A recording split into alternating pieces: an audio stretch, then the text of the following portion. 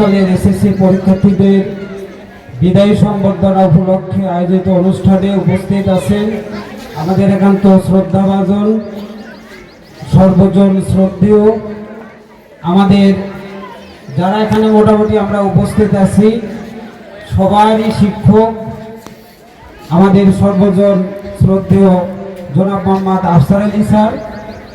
এছাড়া উপস্থিত আছেন আমার অনেক শিক্ষক এখানে স্টেজে বসে আছেন এবং বর্তমান এই স্কুল অ্যান্ড কলেজের অন্যান্য শিক্ষক মণ্ডলী, আমার অত্র এলাকার মান্যগণ্য ব্যক্তিবর্গগণ, এছাড়া যাদেরকে কেন্দ্র করে মূলত আজকের এই অনুষ্ঠান সেসব শিক্ষার্থী এবং স্কুলের বর্তমান অন্যান্য শিক্ষার্থী, সবাইকে আমার সালাম, আসসালামু আলাইকুম।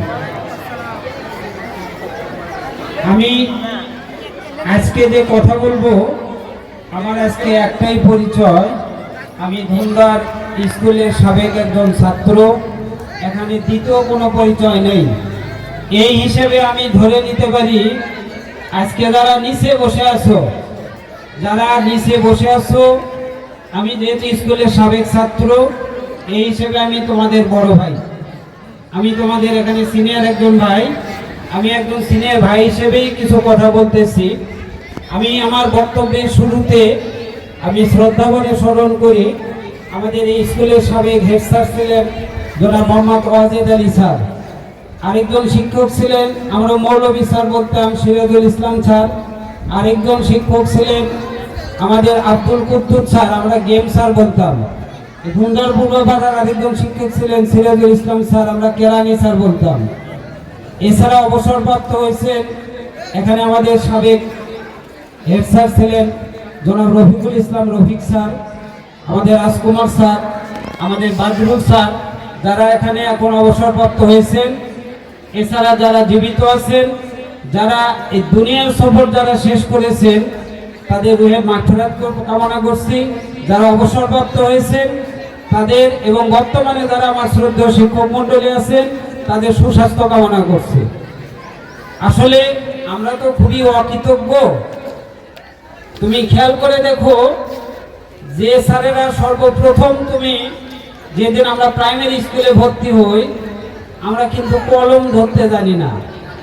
আমি বইয়ে লেখা আছে এইভাবে সরেয়া লিখতে হবে, আমি কলম ওই রকম ভাবে ধরি, কিন্তু খেয়াল করে দেখো কলম ওই রকম হয় না। তুমি খেয়াল করে দেখছো তোমাকে কলম ধরা শিখাইলো কে?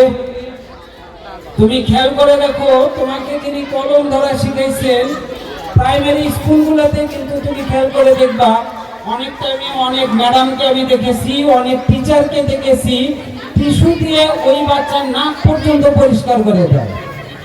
কিন্তু দুঃখজনক বিষয় হলো, তোমরা এই যে এসএসসি পাস করতেছো, পাস করার পর দেখবা অনেকে সরকারি আজিজুল হক কলেজে যাবা, অনেকে শাহ সুলতান কলেজে যাবা, অনেকে অন্যান্য কলেজে ভর্তি হবা।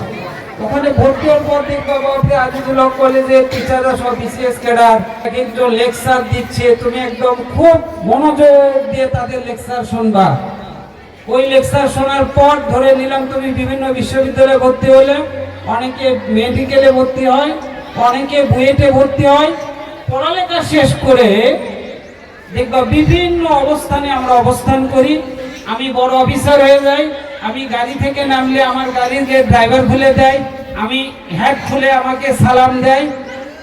আমি দীর্ঘদিন পর যখন আমি এলাকায় আসলাম, এলাকায় এসে আমরা কি করি, যখন দেখি যে প্রাইমারি স্যার আমার হাই স্কুলের স্যার বাজারের এক গলি দিয়ে যাচ্ছে, আমি তখন অন্য গলি অনুসরণ করি, কারণ ওই গলিতে গেলে আমার ওই স্যারকে সালাম দেওয়া লাগবে। আমি এখন এত বড় অফিসার হয়ে গেছি, ওই স্যারের সামনে গিয়ে স্যার হয়তো জিজ্ঞাসা করবে কোথায় আছো, কেমন আছো, এতটুকুতেও আমরা বিব্রত বোধ করি। তাহলে আমরা কতটুকু অকৃতজ্ঞ মানুষ, যিনি আমাকে লেখা শিখাইলেন, যার কারণে আজকের আমি এই অবস্থান পাইলাম, তাদেরকে আমরা অস্বীকার করি। দ্বিতীয় নম্বর কথা হলো, এই যে আজকে আমিও ছাত্রদের কাছে চিরকৃতজ্ঞ তো বটেই, সৃষ্টিকর্তার কাছেও চিরকৃতজ্ঞ। বাংলাদেশের খুব কম জেলা আছে যে জেলাতে আল্লাহ আমাকে কথা বলায় নাই, এখনো কথা বলতেছি। বিদায় অনুষ্ঠান সেদিন সিমলাতে প্রধান অতিথি করেছিল, সেখানে বক্তব্য দিয়েছিলাম।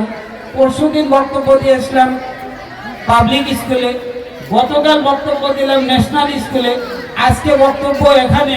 এছাড়া অনেকগুলো ফিল্ড ছিল। আসলে তো আমরা চাকরি করে খাই, চাকরি বাদ দিয়ে প্রোগ্রামে যাওয়া যায় না। আজকেও আমি এগুলো কলেজে একটা ক্লাস নিয়ে তারপরে আমি এখানে আসছি। এখন আমার প্রশ্ন হলো যে যারা আমার সামনে উপস্থিত আছো, আমি স্কুলের সাবেক ছাত্র হিসেবে আমি ধুন্দার স্কুলের নাম ঢাকা বিশ্ববিদ্যালয় পর্যন্ত আমি পৌঁছে দিয়েছি। আমাদের ওখানে স্কুলের নাম লিখতে হয়, যে আমার হাই স্কুলের নাম কি, আমার কলেজের নাম কি, এটা ঢাকা বিশ্ববিদ্যালয়ের ফর্মে লিখতে হয়েছিল। যেদিন আমি ভর্তি হতে যাই সেদিন সবচেয়ে বেশি গর্বিত ছিলাম যে ধুন্দার উচ্চ বিদ্যালয়ের নাম ঢাকা বিশ্ববিদ্যালয়ের ফর্মে আমি একটা লিখতে পেরেছিলাম। এখন আমি বড় ভাই হিসেবে তোমাদের কাছে একটা দায়িত্ব দিতে চাই। আমি শিক্ষা প্রতিষ্ঠানের একজন শিক্ষার্থী, ধুন্দার উচ্চ বিদ্যালয়ের নাম ঢাকা বিশ্ববিদ্যালয়ের ফর্মে উঠাইছি। তোমরা আজকে বলো ধুন্দার স্কুলকে তোমরা কোথায় নিয়ে যেতে পারবে? বলো। আমরা বর্তমানে চতুর্থ শিল্প বিপ্লবের যুগে আছি। বুঝো 4IR, বুঝো 4IR মানে কি? ফোর্থ ইন্ডাস্ট্রিয়াল রিভলিউশন, চতুর্থ শিল্প বিপ্লব। বর্তমানে সারা বিশ্ব পরিচালিত হচ্ছে AI দ্বারা, আর্টিফিশিয়াল ইন্টেলিজেন্স দ্বারা। কেন? তুমি তো 4IR ধরতে পারতেছো না, তুমি তো AI বুঝতেছো না। মোবাইল তো পকেটে 2-4টে ঠিক আমরা নিয়ে রাখছি। এই মোবাইলের ব্যবহার মানে কি? সারাক্ষণ আমি বিকেলবেলা খেলা বাদ দিয়ে এ কোনায় এক দল, ওই কোনায় আরেক দল, সন্ধ্যা পর্যন্ত এখানে মোবাইলে গেম চালাইলাম, ফ্রি ফায়ার খেললাম। আস্তে কোন সার গেল, বাবা মা আমার কাছে চাচ্ছে কি, আমি করতেছি কি, এসব ডোন্ট কেয়ার।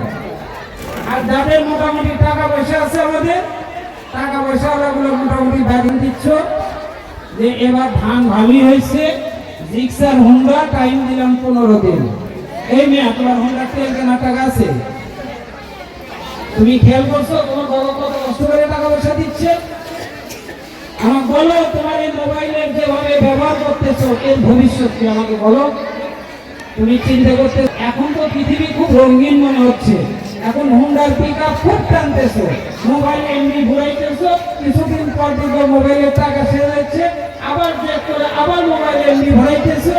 কিন্তু হচ্ছে ফিউচার, ভবিষ্যৎ তোমার কোথায়? শিক্ষকদেরকে মর্যাদা না দিয়ে তুমি জীবনে তো বড় হতে পারবা না। আমি ঢাকা বিশ্ববিদ্যালয়ে পড়াকালীন সেখানে অনেক ক্যাডেট কলেজের স্টুডেন্ট ছিল, দেশের সবচেয়ে ভালো শিক্ষা প্রতিষ্ঠানের শিক্ষার্থী সেখানে ছিল। সেখানেও আমি দেখেছি অনেক স্টুডেন্টের লাইফ কিন্তু ধ্বংস হয়ে গেছে। এই জন্য তোমার চলাফেরা সর্বশেষ পর্যায় পর্যন্ত তোমাকে খুব রয়েস হয়ে চলাফেরা করতে হবে। আজকে আমরা নিজেকে গরিব দাবি করি, নিজেকে খুব মডার্ন দাবি করি। আজকে মোবাইল ফোন আমরা WhatsApp, Messenger, Facebook, live, YouTube